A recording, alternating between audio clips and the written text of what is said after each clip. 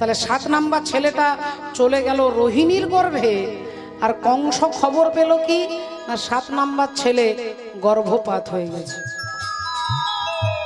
গর্ভপাত হয়ে গেছে। তাহলে এবার আসবে 8ম সন্তান। এবার টেনশনটা একটু বেড়ে যাচ্ছে, কারণ এই ছেলেটাকে যদি মারতে পারি আমি টেনশন মুক্ত হয়ে যাব। এবার সকাল, দুপুর, বিকেল, সন্ধে খেতে বসছে, কালো জিরে দেখলে ভাবছে ওটাই কৃষ্ণ, কালো জিরে দেখলে ভয় পাচ্ছে, সারাক্ষণ ভাবছে 8ম সন্তান কখন আসবে কখন আসবে। আর দেখতে দেখতে ভাদ্র মাস, কৃষ্ণাষ্টমী তিথি, রোহিণী নক্ষত্রে ভগবান আসছেন।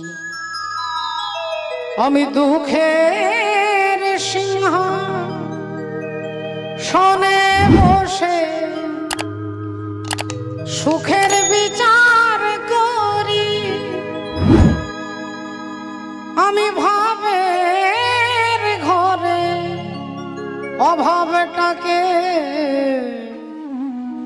আখর দিয়ে ভরি, আমায় বেঁধে রাখে বলো এবং সে নির্কয়,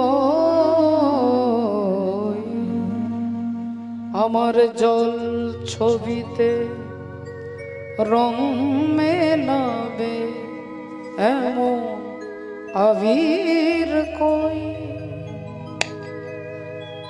ও মা, 8 নাম্বার ছেলে আসছে ভাদ্র মাস, কৃষ্ণা অষ্টমী তিথি, রোহিণী নক্ষত্রে কংসের কারাগারে ভগবান নেমে আসছেন।